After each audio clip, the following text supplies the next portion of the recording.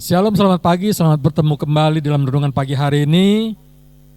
Sebelumnya mari kita satu dalam doa. Tuhan, terima kasih Bapa buat segala kebaikan, kemurahan-Mu, berkat-berkat-Mu yang selalu baru setiap hari ya Tuhan.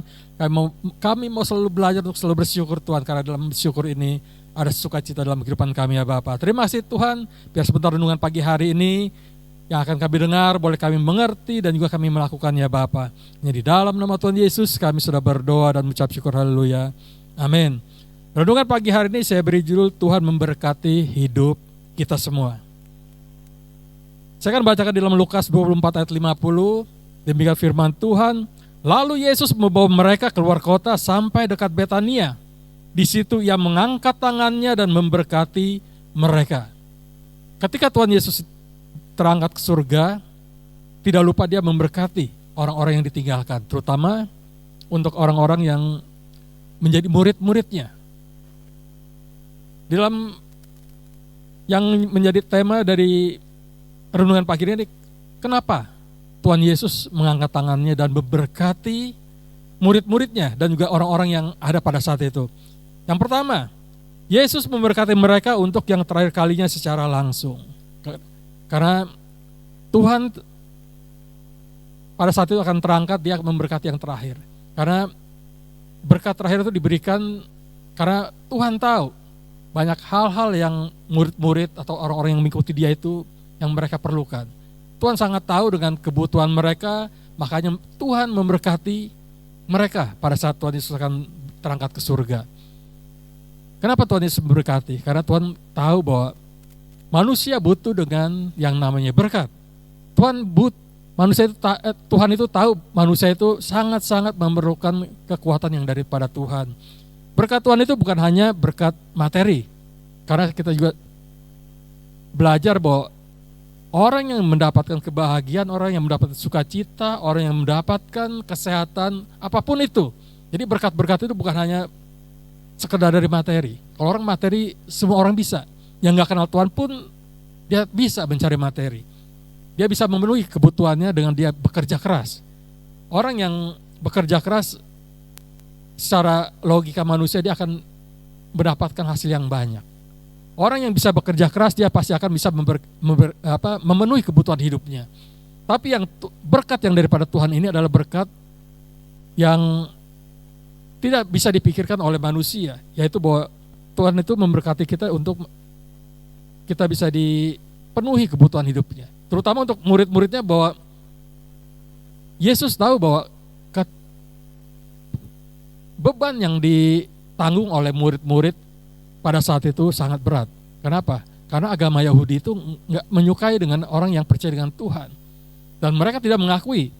Makanya sampai sekarang pun orang Yahudi itu, agama Yahudi nggak bisa menerima daripada Tuhan Yesus ini. Karena mereka berpikir bahwa Mesias yang akan datang itu bukan Tuhan Yesus, tapi ada Mesias yang lain yang belum diutus oleh Tuhan. Mereka masih menunggu, makanya mereka tidak percaya. Kenapa? Dalam pikiran mereka Mesias itu adalah orang yang dari bangsawan, orang yang mungkin kaya, orang yang kelihatan mungkin hebat, mungkin kelihatan sesuatu yang nggak terdapat di dalam Yesus Kristus itu. Karena Yesus dilahirkan dari keluarga apa? Tukang kayu. Dari orang-orang biasa. Makanya bangsa Yahudi itu gak suka dengan orang-orang Kristen. Kenapa Yesus memberkati pada saat dia terangkat ke surga? Karena dia tahu bahwa tantangan berat yang akan dihadapi. Secara manusia, mungkin mereka tidak akan bisa mampu untuk melewati itu semua. Kenapa? Karena yang mereka bela itu sesuatu yang mungkin secara orang duniawi kayaknya apa yang seperti ini harus dibela dengan membayarkan nyawanya. Mungkin gak masuk di akal logika mereka, tapi tantangan dan juga dorongan mereka untuk mengasihi Tuhan itu begitu luar biasa sehingga mereka mau berjuang dengan sangat keras. Makanya Tuhan itu memberikan berkat itu, yaitu berkat Roh Kudus itu, supaya mereka bisa kuat dalam pengiringan mereka kepada Tuhan. Mereka diberikan kemampuan yang menurut mungkin secara manusia itu kita nggak akan pernah sanggup kalau bukan Roh Kudus yang memberikan kekuatan. Ketika Roh Kudus itu diberikan, Tuhan juga memberikan kita kuasa. kuasa untuk apa? Mengalahkan maut, mengalahkan sakit penyakit, mengalahkan segala sesuatu yang segala sesuatu yang tidak kita bisa lakukan dengan kekuatan kita sendiri. Makanya Tuhan memberikan kita juga kuasa yang memampukan kita untuk melewati itu semua. Yang tadi juga ketika Pak Gembala juga katakan, Roh Kudus itu seperti doping yang diberikan kepada kita, sehingga ketika Roh Kudus itu ada dalam kehidupan kita bisa melakukan sesuatu yang di luar kemampuan kita. Kalau secara manusia kita nggak akan pernah mampu. Kita juga lihat bagaimana keadaan di Timur Tengah zaman dulu ketika ISIS itu ada. Orang-orang Kristen itu dibawa, saya nonton YouTube-nya juga. Mereka dibawa mungkin ada berapa puluh orang. Mereka dipenggal satu persatu. Di depan mata mereka juga. Di depan mata mereka sendiri. Itu kalau bukan karena kasih yang Tuhan berikan, Roh Kudus yang Tuhan berikan, mereka gak akan mampu. Mereka lebih baik apa? Menyangkal Tuhan. Ketika mereka sangkal Tuhan, mereka akan dibebaskan. Tapi mereka enggak. Mereka tetap mempertahankan imannya. Kenapa? Karena Roh Kudus yang Tuhan berikan dalam kehidupan kita, itu yang memampukan kita, yang membuat kita kuat. Tuhan memberkati hidup kita bukan hanya mungkin materi. Mungkin materi, Tuhan gak pernah bilang Tuhan memberkati kita, oh kita harus kaya, harus begini, enggak. Tapi yang Tuhan janjikan adalah kita dicukupi kebutuhan kita. Yang utama dari berkat Tuhan itu adalah damai sejahtera sukacita. Ketika orang diberikan damai sejahtera sukacita, itu yang luar biasa. Kenapa? Ketika kita makan mungkin nasi dengan garam, tapi sukacita itu membuat kita bersyukur dengan apa yang kita alami.